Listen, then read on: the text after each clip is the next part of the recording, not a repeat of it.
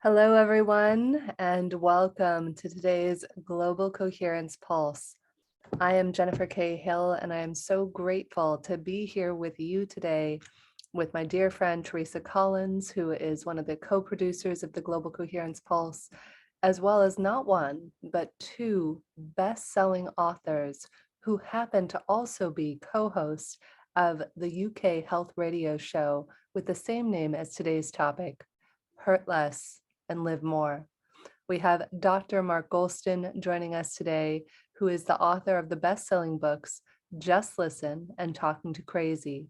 He is not only a world-renowned psychiatrist, hostage negotiator, but is also a dear, dear friend and mentor and somebody who helped transform my life when I was going through one of my darkest, most hurting times. And that's how we became close friends, as well as JJ Stenhouse, who has spent several decades building her brand as a best-selling author herself.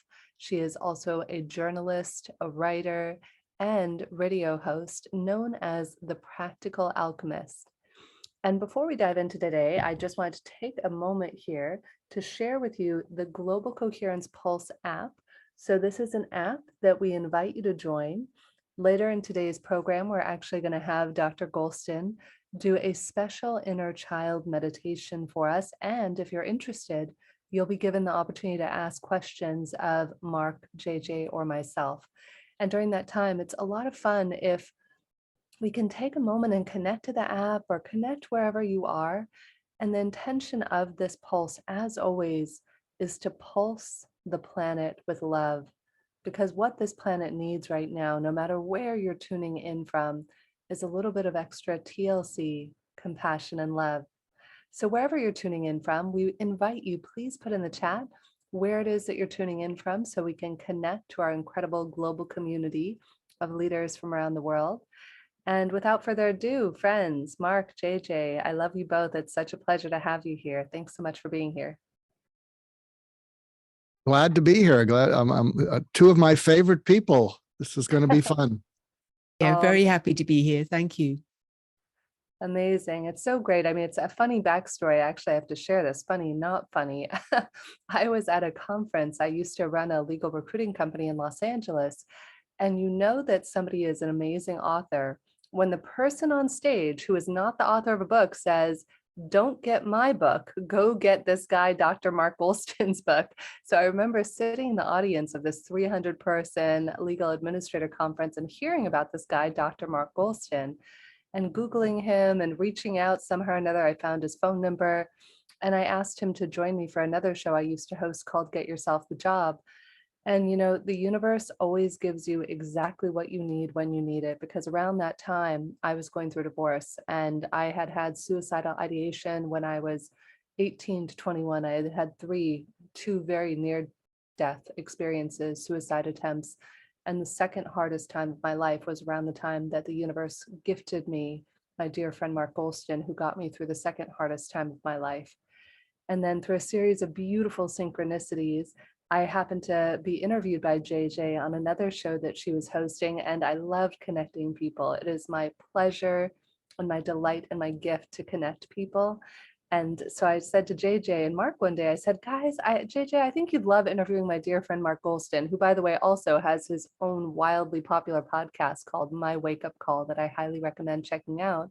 And then the two of them, it turned out, were soulmates. So it's just amazing how that turned out. And hello to everyone, by the way, here. I see that we have people from Colorado, Wisconsin, Yorkshire, Francois in the UK, Sweden, Ireland, Vermont, Cape Cod. I don't even know where that is. Let's see, Olympic Peninsula in Washington, Florida. So welcome to everyone here. And Mark and JJ, do you want to add a little bit on of that beautiful synchronistic story of how we all connected? Yeah, Mark, you can start off. Well, I have my book behind me because I need to take a hint to shut up since I wrote this book. So I don't think he's not joking. We love him. Yeah, Mark, we love you just as you are, buddy. Absolutely. Thank you for your Scottish humor, JJ. Things will be fine, JJ. But anyway, that's an in-joke. That's an in joke. So Jennifer introduced us, and I was on JJ's podcast, and then she was on my podcast, and we had a wonderful conversation. And I said, you know, if we were having this conversation, I think people would want to listen into it, because, you know, we were just being open. We were open about, you know, our dreams, our fears, our concerns, our worries. And she said, you know, I agree with you. Let's see if we can get something up on UK Health Radio, which is one of the leading, maybe the leading talk health radio channel in the world for internet radio.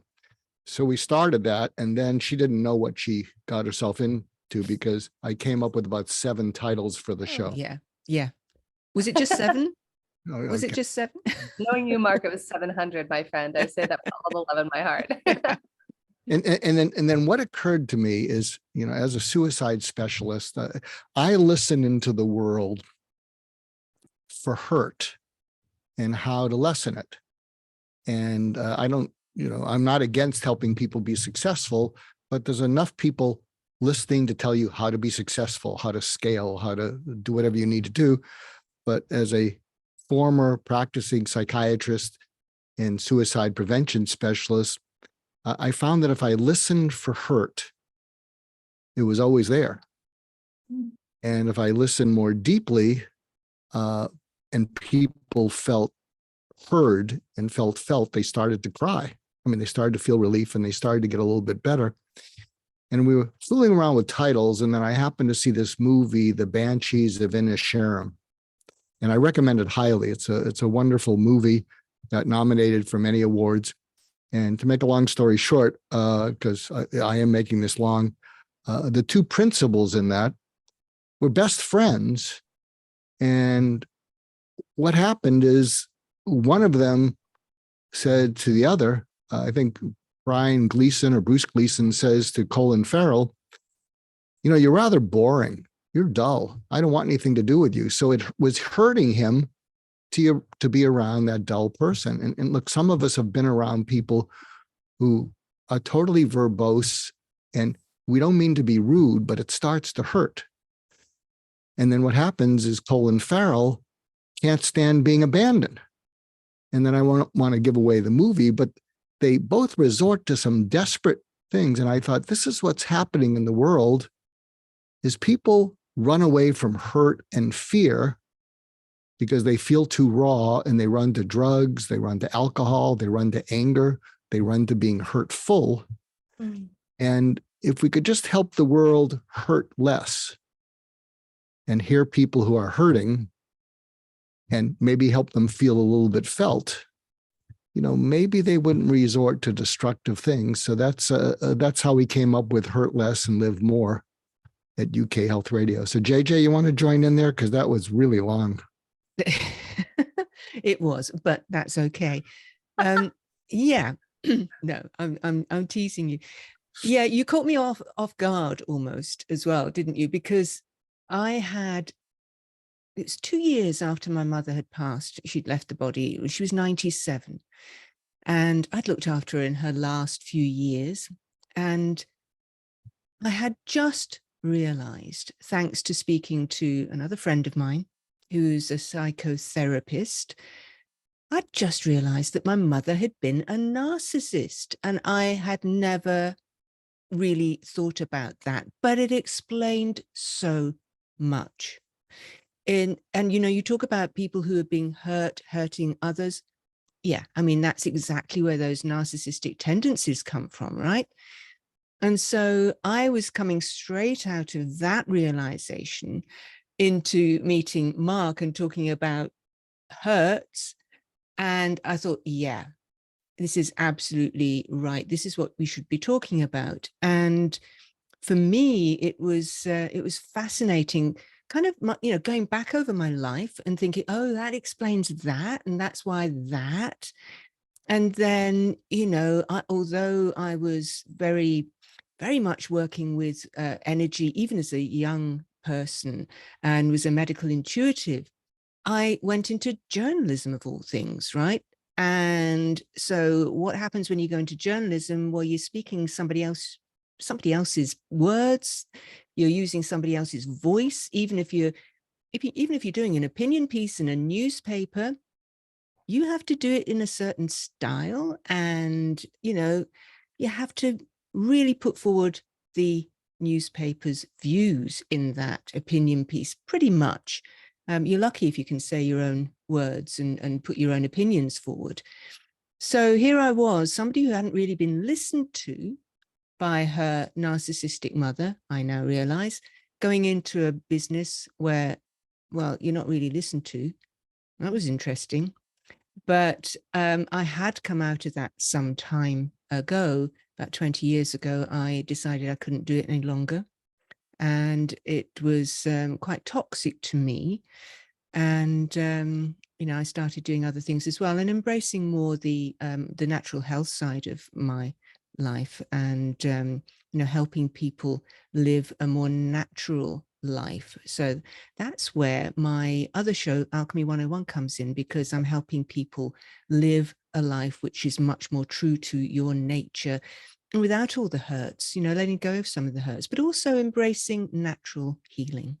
So yeah, you caught me off guard there, Mark. That's what happened. But I'm glad you did. Well, so am I.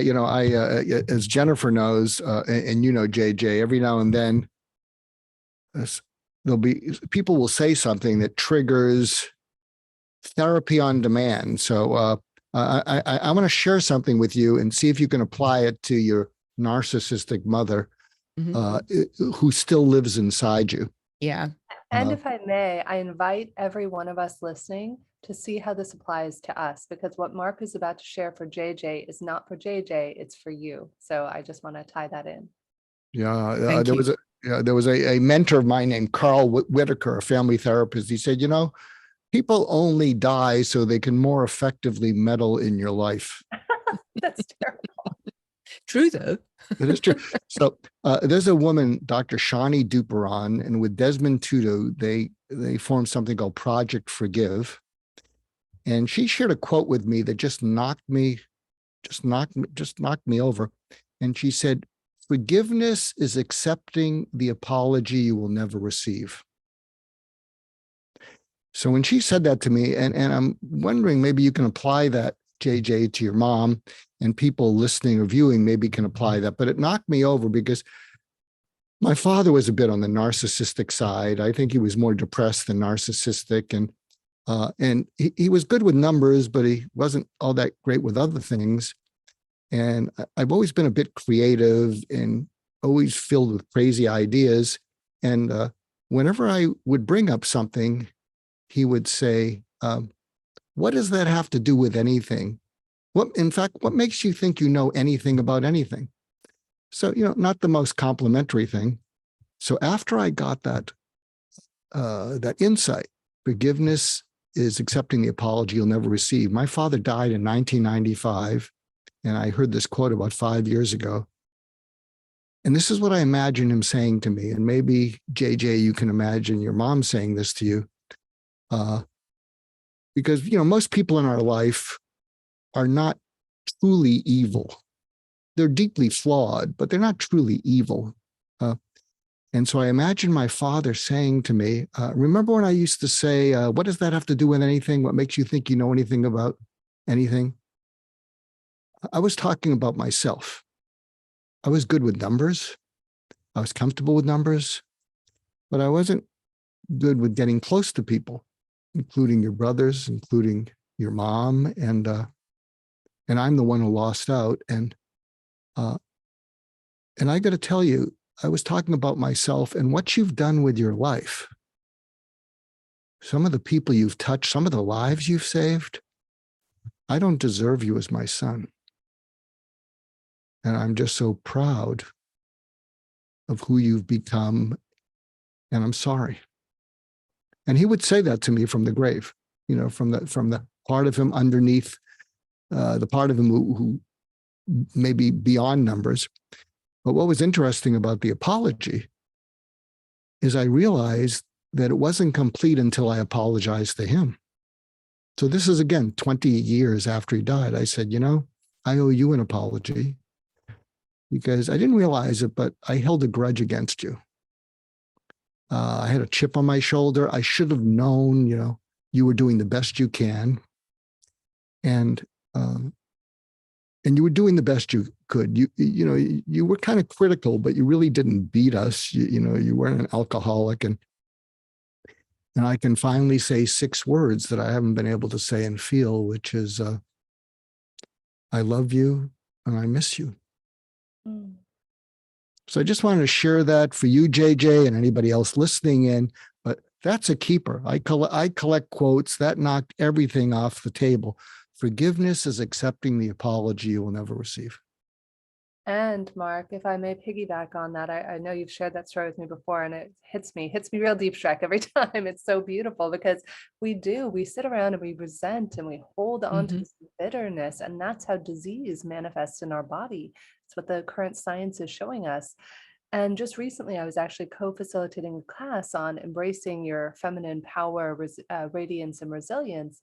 And we started talking about something called the Ho'oponopono prayer. Anybody ever heard of that before? Are you familiar with it? Yes. Yeah. So along the same lines of what Mark was discussing, there's this beautiful prayer. Interesting backstory to it was a doctor who was running a hospital, I believe it was in Hawaii, had this hospital full of patients, and every day he would say this prayer out loud multiple times a day while thinking of his patients. So here's how it goes. I apologize. Please forgive me. Thank you for being in my life so that I may love you. Now, I want to be clear, he didn't say it to them. He's not saying it to them. He's just saying it while thinking of them. At the end of, say, I think it was 3 years, he had no more patients. He had nobody else in the hospital because everybody miraculously healed. And what was interesting was I was sharing this story a week or two ago in this class I was facilitating, and this woman raised her hand and she said, Jennifer, I want to talk to you about that. I have a lot of people I'm really angry with. And are you saying I need to say that for the people I'm angry with? And, we had a short discourse about it, and God bless my co-facilitator of the class. She piped in and she said, you know what? I want to add something to what Jennifer said. You're not saying it for the other person. You're saying it to heal yourself. And I think that so beautifully ties in what you just talked about, Mark. Hurting less, it doesn't mean that you forgive people so that way they can feel better about it. You forgive people so that way you can heal yourself. That way you can live more and hurt less. Absolutely. I'm wondering, can we run the video? Because we're going to run a trailer of a video that I'm attached to called What I Wish My Parents Knew. And the person who created it, and you'll see him in the beginning of the trailer, his 14-year-old son died by suicide 5 years ago. And his son left a suicide note saying, tell my story. And that's available on Amazon Prime. But what was most powerful about Tell My Story, and that's where I met him because I was one of the experts in that, is not what experts or parents said, it's what the teens said about their low point. And in this little trailer to a 45-minute video that we're trying to share with high schools and junior high parents, these kids are just so calm and raw and vulnerable. And when we do presentations, and you might want to write down these 5 words if you have a teenager, someone who does, complaining, blaming, excuse, threats, moody. Complaining, blaming, excuse, threats, moody, because that's a lot of the language of teenagers. And what happens is that triggers parents into being unempathic. And so a lot of times teens believe I can't open up to my parents because the teens are not aware that they've triggered their parents into being reactive.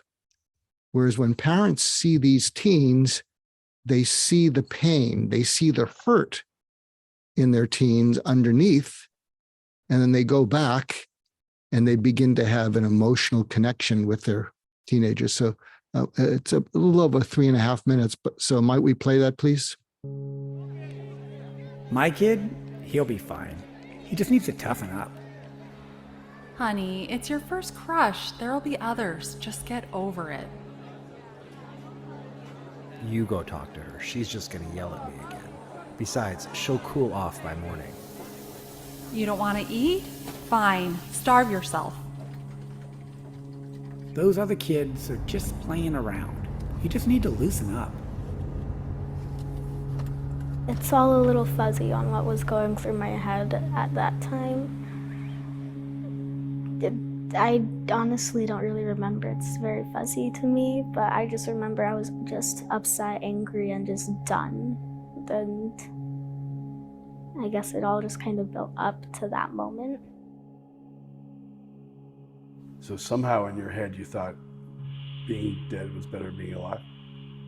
Correct.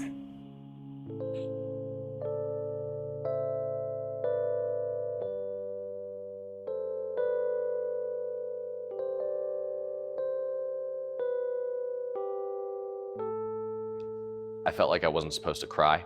I felt like I wasn't supposed to tell people how I was feeling. I felt like that was weakness.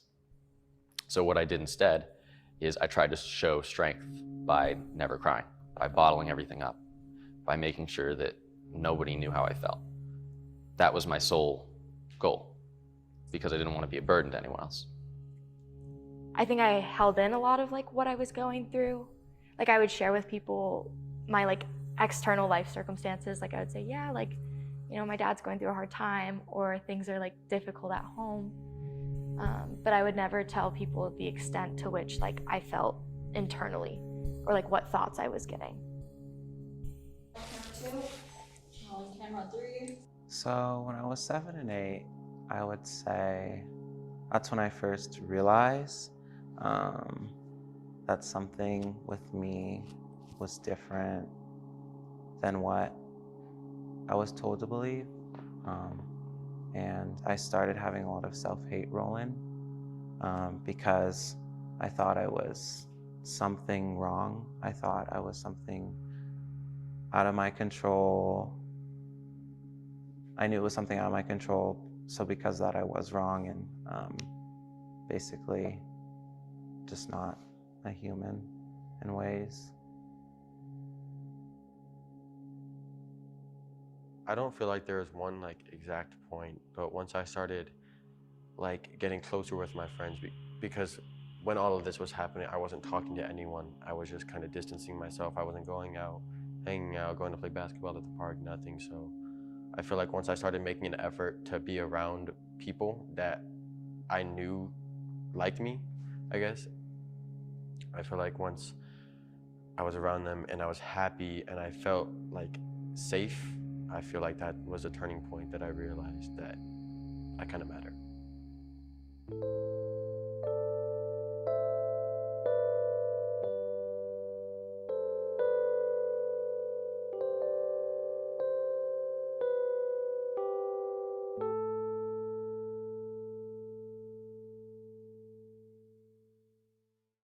You know, I think it's pretty clear from these courageous teenagers about the hurt underneath it all. Now, they weren't necessarily saints, so they were acting out from the hurt, because I think what happens is when we feel hurt and we're not expressing it in the right way, and so our parents are reacting to us, when we feel hurt, we don't want to hurt more, and so the hurt goes into fear.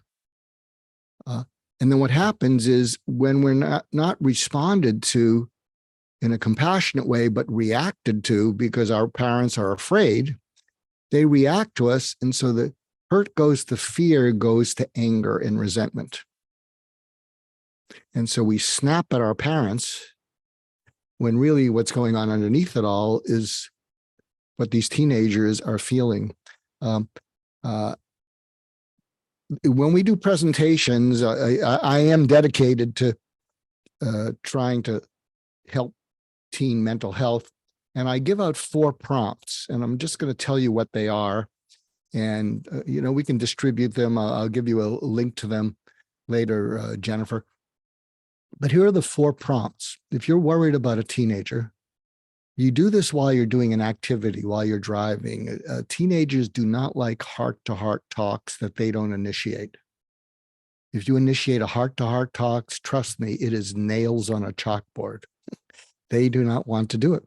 But while you're doing an activity, the script is a little bit like this, and you can modify it. So you're driving, you're doing an errand, and you say, a lot of parents are worried about their kids.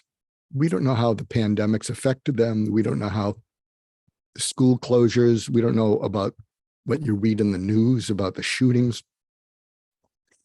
And I'm one of those parents. So can I run a few things by you? Would that be okay? And again, you're both have your eyes on the road, so it's not intruding on them. And here are the 4 prompts. The first one is, at its worst, how awful are you capable of feeling about your life or yourself? And they're going to go, what? And you say, yeah, at its worst, where it hurts most, how awful are you capable of feeling about your life or yourself? And they might say, well, pretty awful. And then you can drill down with something that we've developed called surgical empathy. You go deeper and you say, pretty awful or very awful? Okay, very awful, Mom, very awful, Dad. Second prompt, when you feel that way, how alone do you feel? Pretty awful. Pretty alone. Pretty alone or all alone? Okay, all alone. And again, you want to draw out of them. So talk about that. The third prompt is, take me to the last time you felt it. And they're going to go, WTF? and you say, yeah, was it, when you were walking around in your bedroom a few nights ago, we heard you walking, and or was it, such and such a time? And what happens, which is really magical, is that when they can describe that moment when they felt all alone, feeling awful, in such terms that you can visualize it, they re-experience the feelings. Yeah, I was walking around, I couldn't get to sleep, I had a test. What'd you do next? I felt like kicking the wall. I was just so frustrated. That Mark? sounds, yes. Sorry to interrupt. Could you go back and give us the first prompt again? And I'll put it in the chat. Someone's asking for it. Okay, the first prompt is, at its worst, how awful are you capable of feeling about your life or yourself? Second prompt, how alone do you feel when you feel that awful? At its worst, how capable are you? No, at its worst, how awful are you? How awful are you capable of feeling about your life or yourself? Yeah. Second prompt, when you're feeling that awful, how alone do you feel? Third prompt, take me to the last time you felt it. And when they describe it so you can see it, they start to feel it. And if you're lucky, you will have earned eye contact. You may even want to pull the car over and you look at them and you say, I have a favor to ask you. Next time you're feeling, this is the fourth prompt, next time you're feeling that, I want you to do whatever it takes to get my undivided attention, or your mom's or your dad's, because, we got a million things on our mind, but there's nothing more important to either of us than helping you feel less alone when you feel that awful. So would you do that? So those 4 prompts might be able to help them. And Mark, if I may add, having had you as a mentor, a friend, and a person who took me through my darkest point, you asked me similar questions. And I think this is not just for teenagers. I think that because of how alone so many of us feel, and the heartbreak and the pain so many people are going through post-COVID, recession, things happening in the world, I would invite us all to see about modifying this for your best friend, for your colleague, for your parent. I mean, I think it can be used in so many different ways. Yeah, I agree with you. It really can be, because one of the worst things about it is, and certainly was from my experience, not being heard or seen. And those prompts absolutely change that. Yes. And if I may piggyback on this, Deepak Chopra, who's a friend and I believe in what he's doing, has a program again for teens. So do this. And if you have a teen or somebody you know of any age struggling with depression, he has a website called neveralone.love that has a chatbot on there called Peewee that has helped prevent, I think, 8 or 10,000, maybe even more suicides. And it's just something to help people talk to when they're feeling alone. There are some older people who go on there because they have no one to talk to. There are young people who go on there. so many of us feel so alone. And when we feel alone, as the children and the young adults were sharing that video, it feels really crushing when that happens. Yeah. Yeah, I'll even add to what we're saying. You can write down those prompts, and you can do this with yourself in a journal. Mm. You can Oh, that's a you good can one. Powerful. you can pause and say to yourself, and write down, how awful are you feeling about your life or yourself, and then write what that's about. And how alone do you feel with it? I just feel so alone. What happened? You can even write down, I got a rejection letter. I got yelled at from my boss. And then the fourth thing is, you can talk about, how does that make you feel? What does it make you want to do? Because you want to help people steer away from a destructive impulse. What does it make you want to do? And, what would be a better thing to do? So, because I didn't have that great relationship with my father, I had something I called the Dead Mentors Club. I had 8 mentors. They all died. The last one was Larry King from CNN. Used to go to breakfast with him every morning with this quirky group. And before him, a fellow named Warren Bennis, a big leadership guy. And in my mind, I call upon them. They've all died, but they can talk me down. They can ask me those questions. And what happens is I cross over into being so grateful to them and missing them that it seems to help. So you can do that. It's interesting. Something that JJ and Jennifer know. I dropped out of medical school twice and finished, and it was for untreated depression.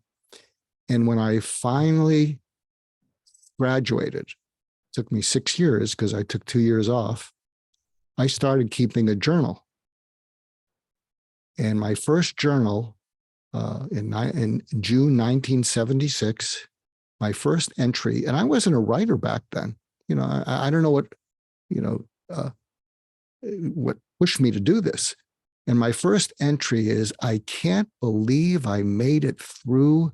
They have graduated a crazy person.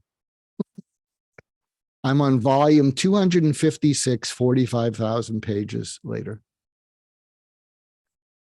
So journals can be really great. Maybe we can do a little bit of a visualization, because that's one of the things that we suggested. Yeah, I think that would be you and I, Mark, we're always simpatico as well as JJ. I was just feeling into that, and I was like, what a perfect time to tap into a visualization. So let's all hand it over to Mark as we drop in.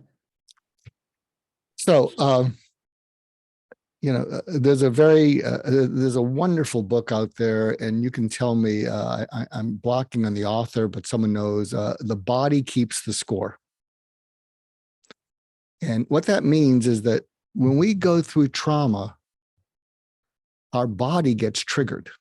And in fact, the same part of our body that got triggered when we were younger, when we go through stress now, it's usually the same part of our body. If way back when we felt sick to our stomach or a knot in our stomach, when we feel stressed now, we feel a knot in our stomach or in our chest or in our head. So here's the visualization. And if it's too triggering, just feel free to, sort of ignore it, because we don't want to leave you out on a limb triggered. Mark, I'm gonna give another option too. You could ignore it, or many of us know heart-focused breathing from HeartMath. So I invite us all to breathe into it or observe it. I just was reading Eckhart Tolle's The Power of Now. So if you notice that something feels painful, you could either do some heart-focused breathing, or you could even imagine observing whatever the feeling is. And that's a really healthy way that you can begin to disassociate the ego with it. Right. So what I'm going to do is I'm going to share an anecdote, and then we're going to do a visualization for all of us. So many years ago, when I was in my training at UCLA had one of the leading eating disorder programs in the country. And it could be really rough way back then. I mean, if someone was going to die, sometimes you had to tube feed them. And it was a Saturday evening, and I was there in the emergency room on call, and people would come in. And a young woman, probably around 20 something, she was skin and bones. and it was clear that she was going to need to be admitted. And so I did a brief interview, and then I called upstairs to the inpatient units, and they said it'll be a little while till we, do the paperwork and get the bed ready. And she was there, and I could have, just taken off and let the nurses watch over her, but there was nobody behind her. And I don't know, something about her reached out to me. Something touched me. And back then, we not only learned about medication, we learned about guided imagery, visualization, meditation. It wasn't called meditation back then, but we learned about all these things, and just something, I don't know, something reached out to me, and I said, could we try something? And it might help you to feel better. And if it doesn't, just tell me to stop. And I said, are you right-handed or left-handed? And she said, I'm right-handed. I said, I'd like you to put your legs up on the chair in front of you, try and get comfortable. Close your eyes. And this will be a little bit like hypnosis, a little bit like meditation. But I want you to just breathe slowly. And I counted slowly from 1 to 10. And I said, where do you feel stress? And she said, my stomach. And I said, and what I created is what I now call an MD avatar. And what MD avatar stands for is mommy, daddy avatar. And I said, I want you to put your left hand over your stomach. And that's the left hand of the mommy you wanted. And we're not here to bash your mother. They'll find out all about your family upstairs. This might even be the mommy your mother wanted. But put your left hand over where you're feeling the stress. And I want you to breathe in. And that mommy avatar is saying to you, I'm here and I'm not going anywhere. And just breathe that in. And we did that several times. And I said, now I want you to put your right hand over your left hand, and that's your daddy avatar. But I didn't say avatar back then. And I said, and I want you to imagine that daddy whose hand is over your mommy's hand is saying, I'm here too, and we're going to get through this.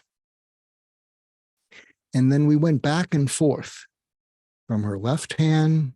Feel the warmth. I have my hands right now over my stomach. Even as I'm doing this, I can feel the warmth of my left hand, over my stomach, even as I'm doing this with all of you now. And I can feel, I'm right-handed. I can feel kind of the strength of my right hand on top of my left hand. And we went back and forth, and tears started, creeping down the sides of her eyes. And she was just breathing, and she was getting very calm. And then I saw a signal that they were coming down to take her upstairs to be admitted to the inpatient unit. And so I said, we're now going to count slowly from 1 to 10. And when we get to 8, you'll flicker your eyes open. You can remember everything we talked about, or you can remember nothing. But your body's going to remember this. Your body's going to remember your mommy saying, I'm here, I'm not going anywhere. And your daddy's saying, I'm here too, and we're going to get through this. And we counted slowly back from 1 to 10. And at 8, she's flickering her eyes, looking around. And at 10, she's looking all around. And there was a calmness that overtook her and overtook me too. And then the people arrived saying, we're ready to take her upstairs. And I remember looking at her and I said, you are going to get through this. You're going to get better. And as she was backing out of the room, she looked at me and she said, is the cafeteria open? I'm starved. And I said, I think we can figure that out. So I think there's a lot in that. And so the visualization I would like you to do is if you can think of a traumatic time in your childhood, some event where you felt awful about your life, awful about yourself, you felt alone.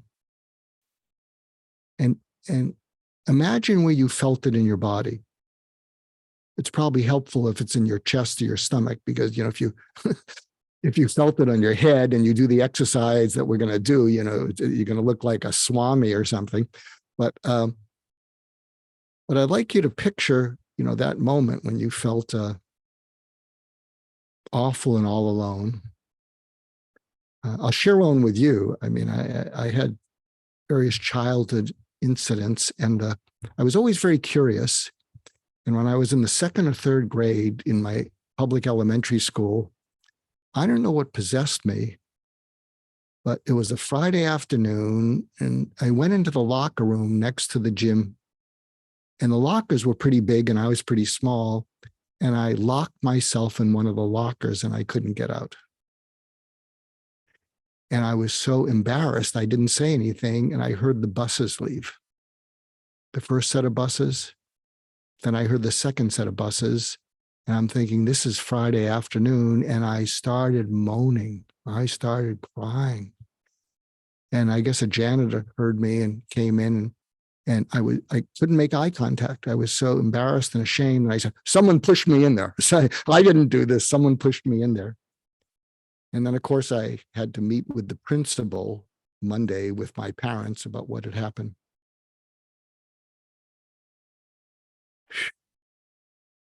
And I'm just imagining doing that exercise with little me in the 3rd grade, and saying you're going to get through this. And not only that, you're going to have a great life. And I can imagine not trusting who this person is talking to me. And I can imagine 3rd grade me saying, you know, why should I believe you? You know, the beginning of my cynical period, my cynical chapter of my life. And I can just imagine saying, because look at the mole on your right arm. Look at my mole. I'm you. And you made it through it.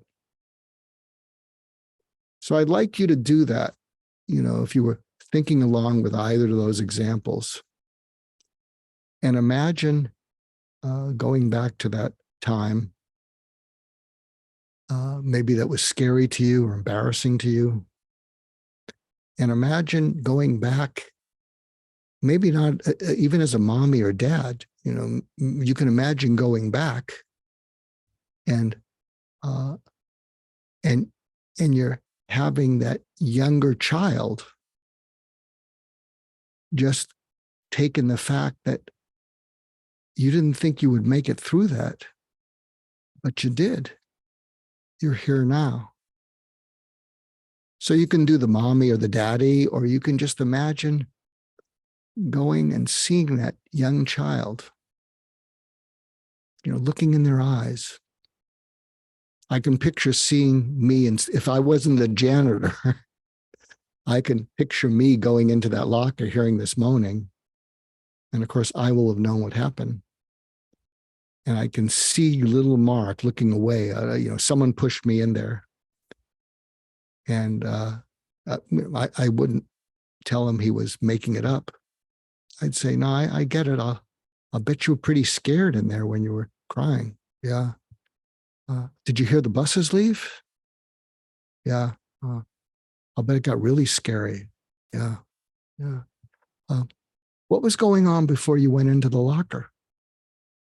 You know, and maybe what I would have said is, I don't belong anywhere. So maybe I would find the place where I belonged in the locker. I don't know what I would have said. But then I can imagine speaking to myself and saying, you know, I understand that.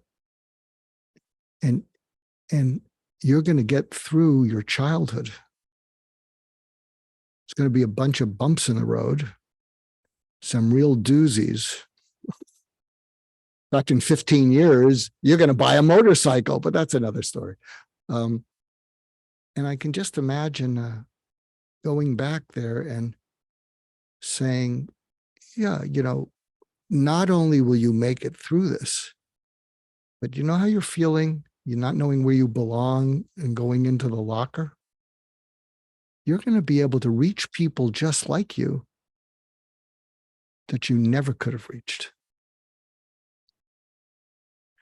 So, I appreciate if there's any comments, or we can get into the community about that. But I hope some people could feel along with that. Otherwise, I'll just stay here totally embarrassed. Go on. Yeah, it's so beautiful. I think it's very powerful as an exercise. For me personally, it was a culmination of Mark teaching me, my dear friend Arthur Samuel Joseph, we've had on the show, a friend Wendy and Jules, and about 5 years ago, I began doing a form of inner child work. And what we can all do, just as a daily practice, it doesn't just have to be on the day of the pulse. You can go back and listen to what Mark was saying, is you can just imagine, putting your hand on your abdomen or womb area or your heart or both, as Mark was referencing, and just imagine connecting to the little boy or girl or they or them within you and connecting with them, maybe even asking them, sweetheart, how can I address you? What do you want to be called? Is it little Mark? Is it sweetheart? Is it buddy? And find out, and then almost imagine in your mind's eye, just reaching out to that little boy or girl or they or them within you, and just seeing if they're willing to talk to you and asking them, what do you need? How are you feeling? And I will tell you, as an adult 42-year-old woman, I never knew this before. If I don't check in with my little girl every single day, by 2 o'clock, I am throwing a 2-year-old tantrum. It's not, you're not dealing with a 42-year-old woman. You are dealing with an upset 2, 3, 5, 7-year-old. And it's so powerful because the last part of this, so number one is see if they're willing to talk to you. One of my dear friends, Wendy, who taught this to me years ago, said her inner child was so scared because she had been horribly, horribly hurt as a little girl and abandoned, that she wouldn't talk to her for the first month. She just visualized this little girl who was kind of hiding behind a big rock, and it took a month for her to come out and engage. And then when you ask yourself every day, what do you need? What do you need? The most beautiful thing begins to unfold. Instead of you looking to gain something from your brother, your spouse, your boss, that attention, by you cherishing, loving, nurturing yourself, reparenting yourself, as Mark was so beautifully illustrating to us, it's from that place that we can create miracles, and then we can come from a place of love, and we become irresistible to the people around us because we don't need anything. We don't need anything from you because we get to give it to ourselves, and everything else is just the icing on top. And Yeah, sometimes Go on, JJ. sometimes all the little child wants is a virtual hug. Sometimes there are no words. Sometimes all that's needed is that recognition and giving a hug and saying it's okay if you say anything at all. But it is that acknowledgement of the inner child and the being prepared to pay attention where attention wasn't given before. I think that's really one of the key points there. And I know you've told me before that you do that work every day. It's fantastic that you do, and how lovely it's part of that healing process. I'm a lot older than you, so I've done quite a bit of that work on myself these days. But yeah, it's still potent. If I was to do that today, it's still potent. It's still reassuring, calming, and supportive. Yeah, so it's beautiful. So I want to share another angle because, Thank you, JJ. Thank you, JJ, because sometimes I'll be presenting to groups where there's a fair amount of men, and men can be a little bit difficult to reach, this softer side, they start rolling their eyes. So there's another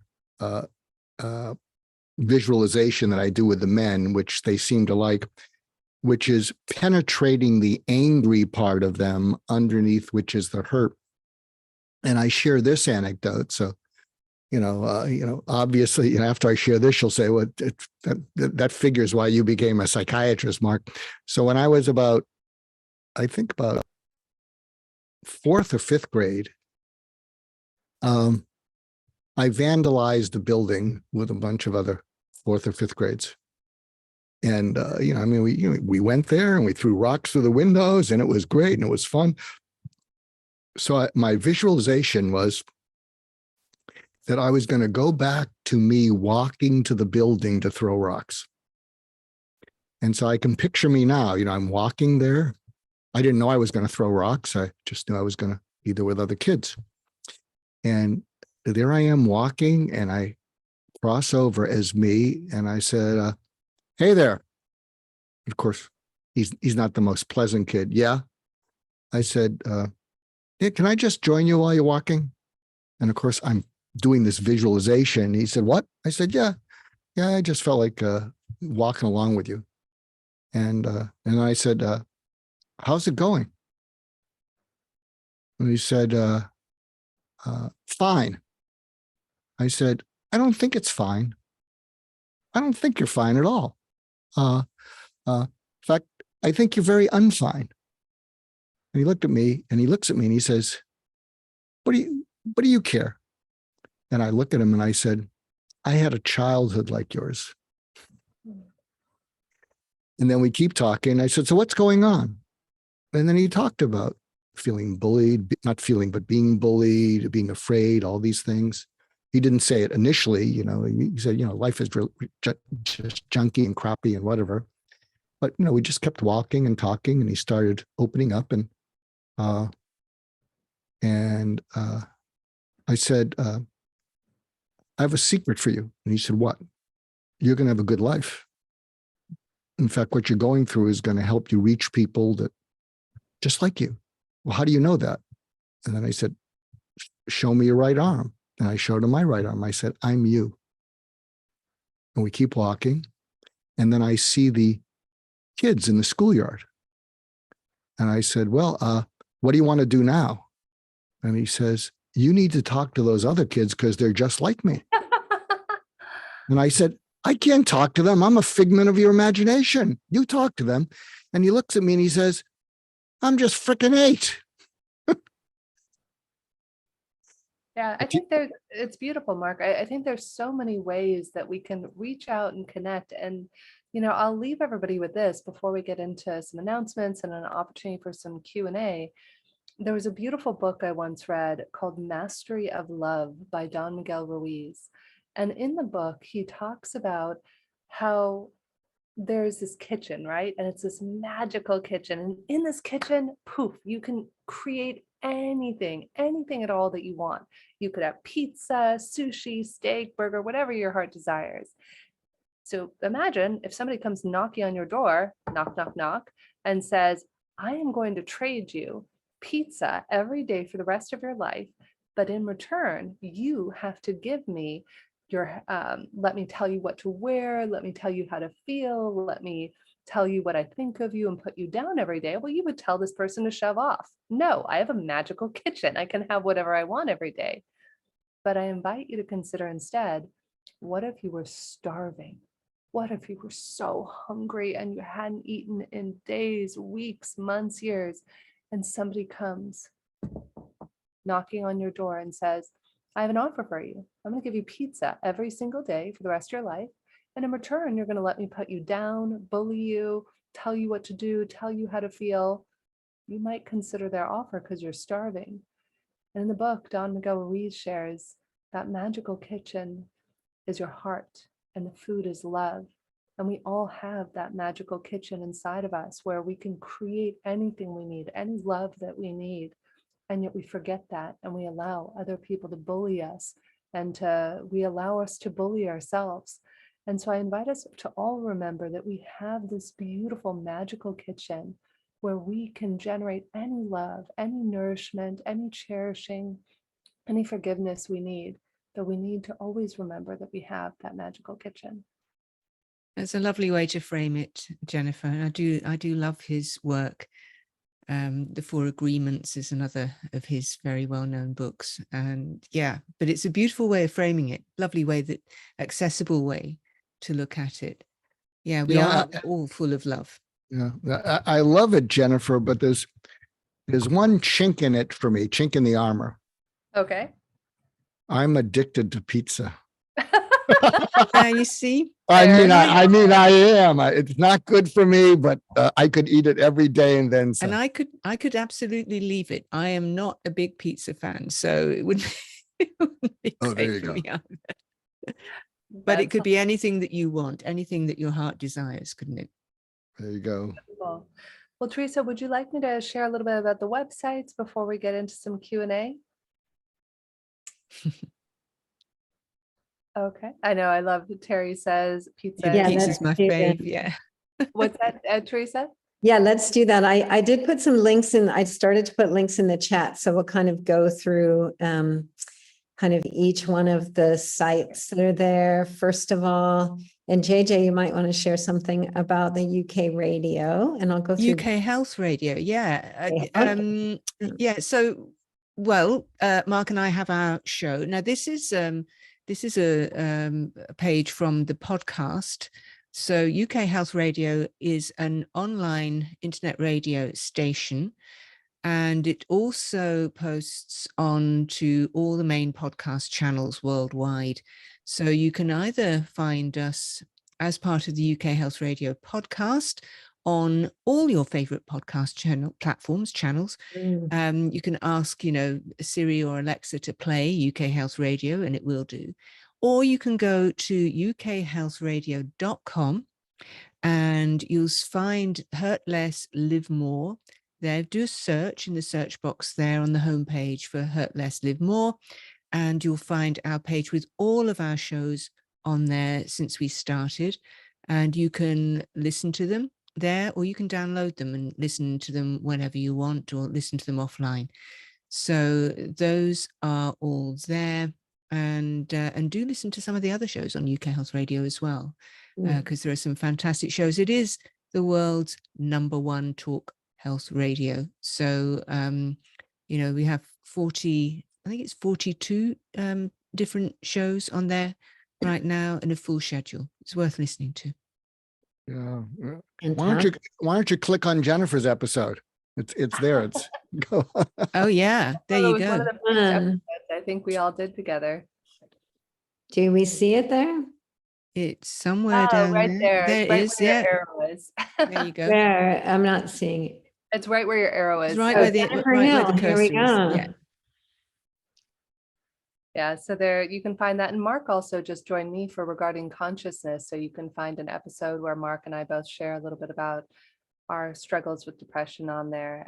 That we also want to check out Mark's book, Just Listen, which is the best-selling book, I think, in the world on listening. And he also has another great book, Talking to Crazy, about as much flack as he got for writing that book, about how to deal with challenging people. And that's the thing, it's really hurt people. Many people don't know this about me, but I'm a recovering jerk. People meet me now, and I've been on a spiritual path for 20 years. But truth be told, I was quite an unpleasant person to be around from about the age of 16 to probably 24 or 25, if I'm being honest. And it's been an evolution. So, we all go through our ups and downs. So big. We do. I remember you telling me, Jennifer, that you were a recovering jerk, and I shamelessly used that in the show description when you came onto my show. Sorry about that. True. I mean, and I give people hope. It's so funny. I was just sharing this story with a friend recently whose child is going through a hard time, and they're like, "That's really good to know that you turned out okay after all." Yeah, exactly. Exactly. And Jennifer, you have a show tonight with Scott Katamas and the Awakening World, and continuing this theme.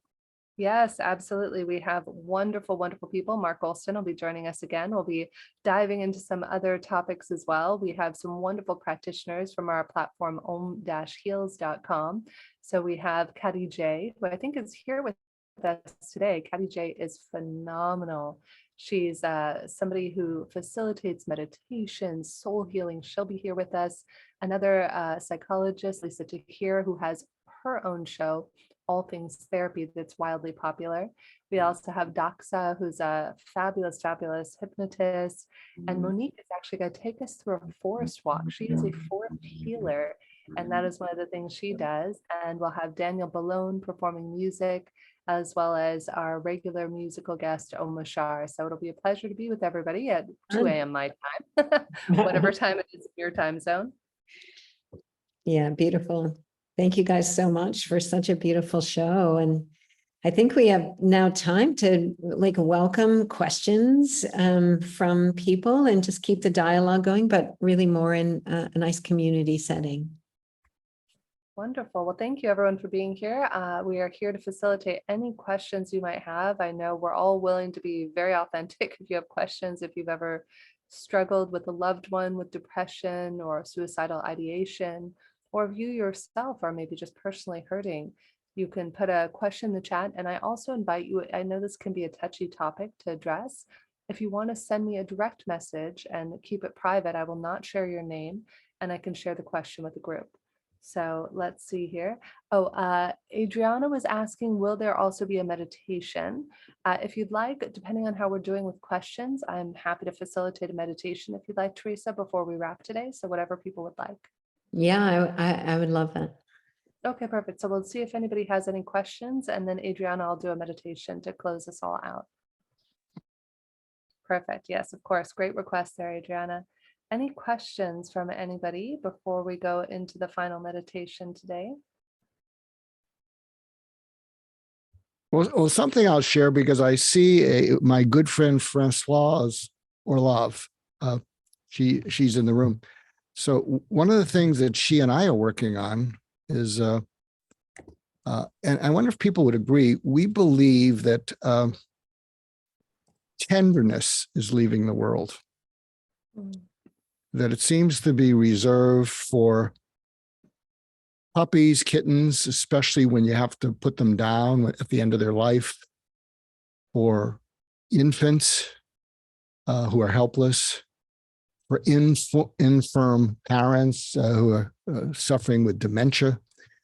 But for a lot of other relationships, we're all rushed, and there's just not enough tenderness.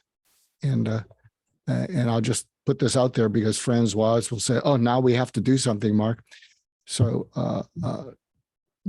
we have a domain called warmandtender.org. And we want to grow it organically because we want to see who it speaks to in the world.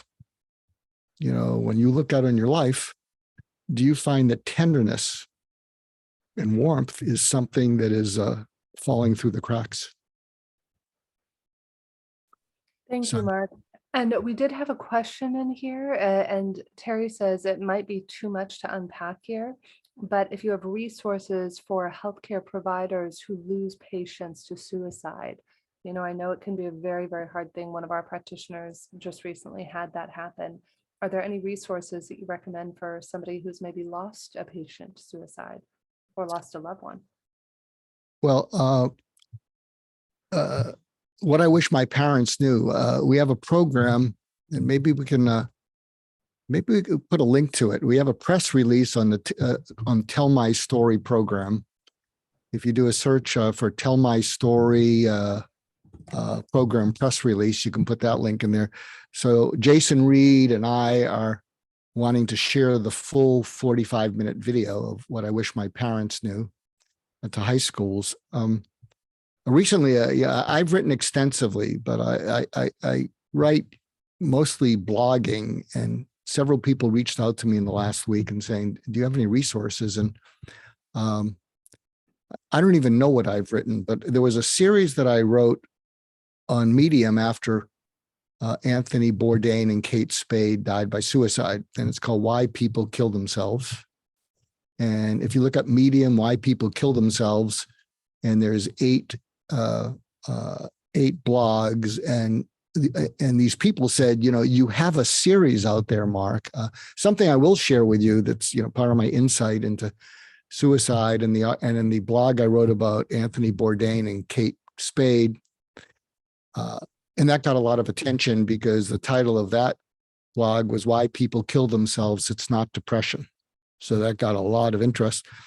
And I said, depression contributes to suicide, but there's hundreds of millions of people who are depressed who don't kill themselves. Loss of a marriage can contribute, but there's many people who lose marriage or job that don't. And so they can all contribute, but in my observation, and I would welcome people if this resonates, in the chat, in my work with suicidal people for over 30 years, and none of my patients died by suicide. My observation is at the end, people have despair. And if you break the word despair into DESPAIR, it means feeling unpaired, less, without a future, helpless, powerless, useless, worthless, meaningless, purposeless. And when they all line up, pointless. And my observation is that people pair with death to take the pain away. I mean, death is compassionate to pain that just won't go away. And so part of my work, and if you go to that series on Medium, you'll find some of my writing on this, is that when you can pair with people in their pain so that they feel felt, and you don't rush them with a solution, you make sure you get with them side by side, they may let go of death and grab on to what a friend of mine is calling radical attunement. So they'll attach to that. And when people feel felt, they start to cry with relief.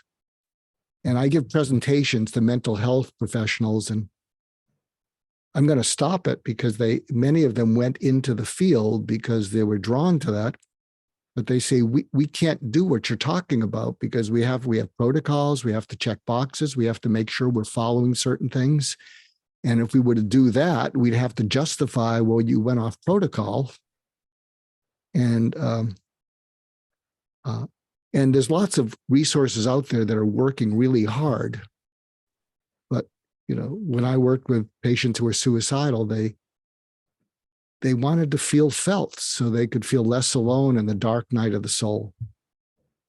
Isn't that one of the, I would see it as one of the failures of health systems around the world, is that they become bureaucratic and they become less and less about the person and less about an exchange of energy and warmth and love, and much more about box ticking. And so I understand how it's very difficult for people who are in this place to get what they need in, the bureaucratic health systems that we all have. Our health system in the UK is very different to the States, but there are still barriers, I think, to really connecting with patients and dealing with them where they need to be met. So, I mean, I would love for that to change, and maybe over the next however many years we can affect that change. I'd love that to happen. Beautiful, JJ. And if I may just jump in here, Romy had a question for Mark, tying into exactly what you're saying, which I think is pertinent to Romy's question. Mark, what had you be successful? Do you have any idea what it was that had you have all 30 years of your patients, none of them commit suicide? And I will, if you don't mind, I will jump in here. Who was a patient of you? He was retired, but he helped me out tremendously. And I will tell you, one of the things that saved my life, literally when I was going through divorce and a dark night of the soul about 5-6 years ago, is as a patient who was feeling really suicidal and just alone and crushed. I remember Mark said to me one day in his office, he said, "Jen, what are you running from?" I was always so busy and so doing and running and running and running. And the thing that Mark did for me, and I can't speak for the other 30 years of patients that he's worked with, was he listened and he felt my pain. Like when you're in that state of anguish where your heart is literally cracking and you feel like you're not going to survive the pain, to have somebody else sit in the pain with you is something that I don't think a lot of people have the capacity to even do. And that for me is what saved my life when I worked with Mark. Mark, did you want to touch on that? Yeah, there's a backstory to all of us have backstories. And I'd mentioned briefly, I dropped out of medical school twice. And the second time I dropped out, I was at a low point. And I met with the head of the school who cared about matching, about losing money. And I didn't realize it, but every time someone takes a leave of absence, the school loses money. They lose matching funds from, whoever's funding them. And I don't remember actually meeting with him, but I got a call from the dean of students who cares about students. So obviously the head of the school, he hadn't told me we're kicking you out, but he knew that's what they were going to do. And he didn't want me going off the deep end. And so the dean of students called me, and I was at a low point, pretty broken, came from a background of, decent parents, even my father, but grew up in the Depression. And the dean of students said, you better get in here. I got a letter from the main guy. And I go in there, and the dean of students says, read this letter. And the letter said, I've met with Mr. Goulston. We talked about alternate careers, and I'm directing the promotions committee that he be asked to withdraw, because I was somehow passing things. And I said, what does this mean? And the dean of students, just a very warm but humorous Irish Catholic, said, you've been kicked out, Mark. And I think a miracle happened. I folded over and I felt something wet on my cheeks, and I thought I was bleeding. And I'm not a religious person, but maybe I'm a little bit spiritual, who knows? And I kept looking at my fingers because I thought I was bleeding. And I wasn't bleeding, I was crying. And so he hit me with what I call the trifecta of hope, which is something that I paid forward afterwards. So the first leg of it, he said, you didn't mess up because you're passing everything, but you are messed up. But if you get unmessed up, I think the school would be glad, they gave you another chance. And so the first leg, he said, even if you don't get unmessed up, even if you don't become a doctor, even if you don't do anything the rest of your life, I'd be proud to know you. Mm. And I was at a point where I didn't know what I could do. And he said, I'd be proud to know you if you do nothing. Because he saw something that I didn't see. I guess there was a human being tucked inside this dysfunctional human doing. And he said, I'd be proud to know you because you have something that the world needs, and you won't know how much it needs it until you're 35. So he gave me unconditional love. He saw a future for me. You won't know how much the world needs it till you're 35. And then he said, but you need to make it till you're 35. And I am just crying now, because I can't stand this compassion. And he says, look at me. And he points his finger at me. You look at me. Or in Irish, you look at me, Mark. Look at me, Mark. Look at me now. And he said, you deserve to be on this planet, and you're going to let me help you. So the third leg is he went to bat for me against the medical school. He stood up, and he was just a PhD. He stood up against all of them and said, we're giving this one a second chance. So the trifecta, I think, of unconditional love, he saw a future for me, and that he put himself at risk to go to bat for me. I just paid that forward for 30 years. If he had said to me, if I can help, call me, I would have gone back to my apartment, and I might not be here today. Now you've helped so many people, my friend. I'm so thankful. That's why I wanted to share you and JJ with this wonderful Pulse community that we have, is your love for humanity, and your strength, I think, just radiates out. And so many people, we've read it in the chat tonight, and sorry, tonight my time, afternoon, morning, I'm sure other places around the world. I want to acknowledge you, my friend. I want to acknowledge you for the tens of thousands, if not hundreds of thousands or millions of people you may have touched in your lifetime, Mark. And to that gentleman, that wonderful Irish head of students who helped save your life, I feel it, my friend. And, we all go through challenges in life. And then, when I was 16 years old, I almost died. I was hanging over a cliff in a car accident, not 2 miles from my parents' house. And I remember crawling up the side of this cliff, like, I don't know, 8 o'clock at night, and not having a scratch on me, and being like, somewhere deep inside, I'm being given a second chance. So sometimes we're given a second chance by person. Sometimes we're given a second chance by life. And I invite us all just to connect to the appreciation that we all woke up today. We were given this chance this day. Whether we're given another one tomorrow is yet to be determined. Though in this moment, we all get to breathe another breath, to be in harmony and coherence together. And I think on this note, Teresa, if you're open to it, this would be an ideal time to move into, 7-10 minute meditation if everyone's available for that. Does that work? Sounds lovely. Okay, beautiful. So I invite us all to begin to get comfortable. Maybe put your feet on the floor if you're in a position where you're seated, or if you're comfortable, lay down.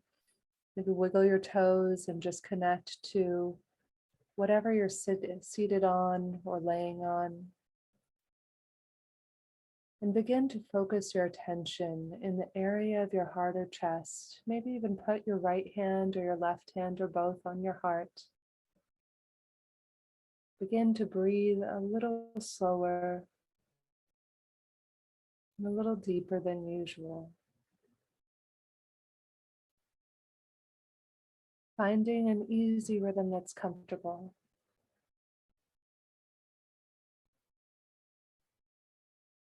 I invite us all to come into coherence and to allow 3 deep, conscious, loving breaths in and out, right through the center of our heart or chest.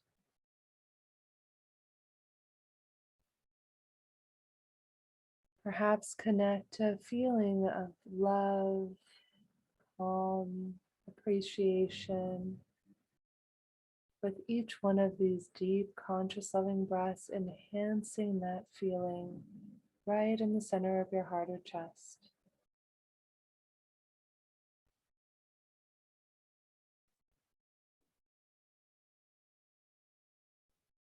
I now invite you to connect to an image of the future, of the life that you see for yourself, of your dreams. Imagine if right now I could give each and every one of you magic fairy dust, and poof, right there, right in front of your mind's eye, you could see the life that your heart longs for, that your soul dreams of. Maybe it's having a family. Maybe it's traveling the world. Maybe it's healing the relationship with your parents or yourself. Whatever it is, I invite you to begin to viscerally, visually, virtually taste this life, smell this life. Imagine that there are all of these different potentialities right now, each and every one of us. We have so many different opportunities and choices that we can make that could take us into different futures and realities. And I invite you to imagine walking towards this future, walking towards this future you desire. Does it have a certain taste? Does it taste sweet?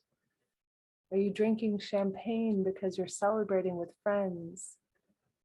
Are you on a beach somewhere, maybe feeling a beautiful breeze ruffle your hair, tickle your skin? Is there a scent maybe wafting in the air? Maybe it's your grandmother's apple pie, or maybe it's the smell of your favorite flower as that scent drifts around you and envelops you. What do you hear? Do you hear the sound of children? Do you hear the sound of laughter? What do you feel? Do you feel happy, joyful, ecstatic, blissful, appreciated? What do you see? I'm going to give us all a minute as we continue beautiful, deep, conscious, loving breaths in and out through the center of your heart. And with every inhalation, I invite you to crystallize that vision, that dream, that future that is calling you forward.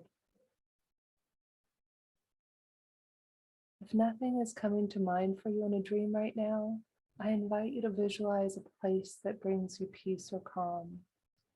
Maybe just imagine sitting in a forest, laying in a grassy field, or wiggling your toes on a warm, sunny day on the beach. Connect to whatever fills your soul with joy in this moment. Let's just stay here for a moment, breathing in and out through the center of our heart or chest.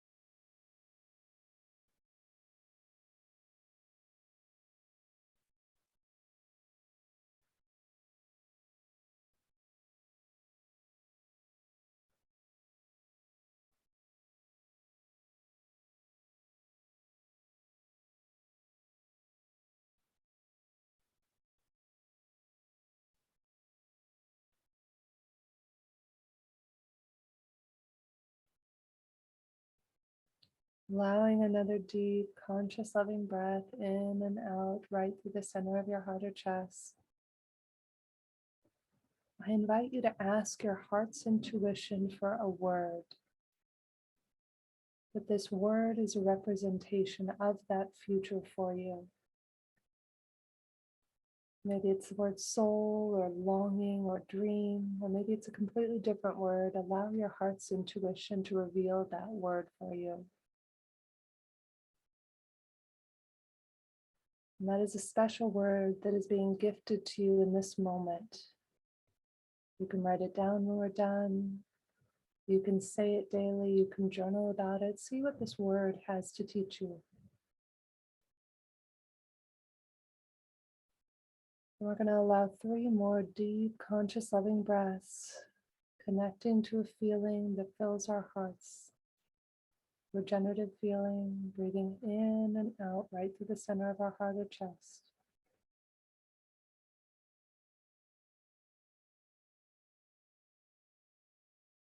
If you're having a challenging day, it's okay. Be kind to yourself in this moment and maybe breathe in neutral or calm or ease.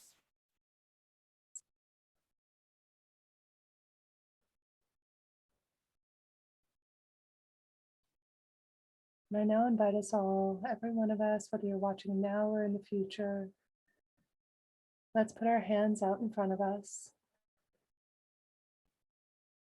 And let's all allow another conscious loving breath and radiate out from our hands, from our heart.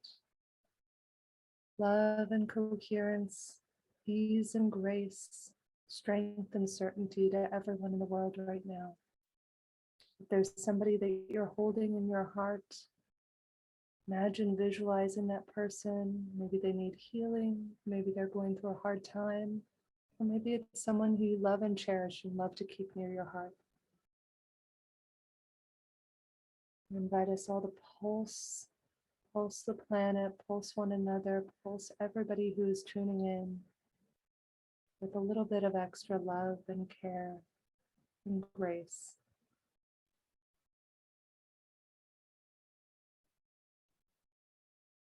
And when you're ready, begin to wiggle your fingers, wiggle your toes.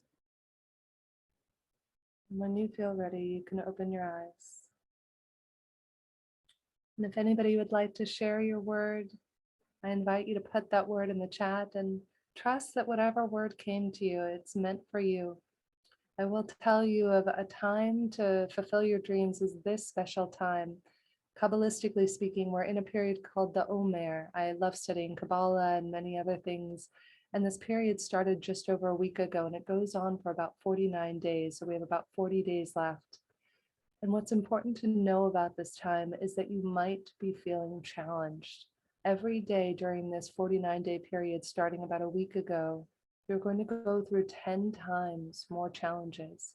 And you're going to have the opportunity for 10 times more miracles and more transformation. So during this period, this is the time where you have direct access to manifesting your dreams. I love what everyone's putting in the chat here. We have ease, grateful, harmony, peace, intuition, and journal with it. See what's there for you. Maybe write it down somewhere where you can see it. See what's there for you. Maybe do another intuitive meditation around it. What we were just doing there is heart-focused breathing from, of course, HeartMath, who we collaborate with closely here on the Global Coherence Pulse. And heart-focused breathing, they have lots of wonderful, wonderful videos online, free YouTube videos. You can go to heartmath.org or heartmath.com to find more videos on how to connect to your heart and your heart's intuition and to greater coherence and resilience. Thank you so much, everyone. That was so beautiful, all three of you. Thank you so much for just such a genuine and present and loving day. I could feel the tenderness. And somebody's asking about the tenderness website that you shared. Mark, if you could give us the URL for that. I think several people are looking for that. We just got the domain, so we're just on the beginning of our journey, but the domain is warmandtender.org. Okay, so we can keep an eye out for that. And if any of you are drawn to this, because something else that Francoise and I realized, and this is part of our mission, tenderness has 3 steps: patience, curiosity, and warmth. And our mission is that if each of us once a day can show patience, curiosity, and warmth to another human being, it'll change them. A week ago, I did that with I turned in a car. We were getting another car, and I thanked her and I said, "What's going on?" She said, "I've had a bad couple days. I was crying in the bathroom for last day or two. And this morning I called my dad and my grandpa. And 15 minutes later, they came here. And I'm feeling better." Made my day. I mean, I hope she found it helpful, but it's certainly, I just carried that with me for the rest of the day. It's all about love. Really, it all boils down to love. There's nothing more, nothing less. That's all there is. And we can run away from it all that we want. But really, it's about embracing that love and allowing that love to flow from us. And coincidentally, that's the word I got in that meditation, which was beautiful. So thank you for that. But yeah, love is all there is. Who said that? Somebody famous, I think there was. And it's funny you say that. Actually, another dear friend who's going to be joining us for September's Pulse is Diane Hayworth, who's the creator of the Be Love Principles. And Wonderful. She's going to teach us how to understand what love wants to show us. And so I invite us all to, I'm going to share one last thing that was taught to me by a dear friend. We should have her on next year's Pulse, Teresa, Jocelyn Herman Saccio, who has a program called The Art of Being Unmessable With. And I was in a class much like this. It was like 11 at night, my time the other day, but totally worth it. Those things where you're like, I would do that 100 times again. This was one of those nights for me. And she said in the class, in order for us to fulfill our own dreams, we need to start asking one another about each other's dreams. And since I did that class on Thursday night, it has been such a shift to share with people where I was coming from judgment, from fear, and shifting that into a place of being, abundant and graceful and empowering and inspired, and to ask the people in our lives, what are your dreams? I've been having some of the most beautiful and fulfilling conversations over the last 48, 72 hours since that time. So let's all go out, let's hurt less, let's live more. Let's create a space and a conversation for dreams, for love, and for the possibility of a life worth living. Thank you. Blessings, everyone. Thank the three of you so much, and everybody that joined today, and take these blessings out into the world with you. Share them with everyone. Thank you. Bless. Thank you so much. Thank you for having us. By the way, I have a TEDx talk called "What Made You Smile Today." Oh, I love that. Yes, Mark used to ask everybody The that. good one. Yes. So we were starting a movement before the pandemic. We may revive it because it just seemed insensitive to say what made you smile today when people are so stressed. But if and here was part of that movement is when someone serves you. They have name tags, but they're faceless. They're functions, they're appliances. And when someone serves you, whether it's a TSA agent, a cashier, someone at McDonald's, whatever, if you can pause and they're not in a rush and you see their name, you say, hello, Nancy. Thank you, Nancy. My name's Mark. I have a question for you. No, you're not in trouble. What made you smile today? And if you say it sincerely, they will look up to the ceiling because you've taken a transaction and made it much better. And if you note, what's going to happen is they're going to come down, and when they look into your eyes, their eyes will be different. And they'll tell you what made them smile. So we're not quite ready to relaunch it, but who knows? But I would love you to all check it out. And I hope it made you smile. Makes you smile. You all made all of us smile. That's so beautiful. That is true. Thank you. Thank you, everybody. Have a beautiful day. Thank you.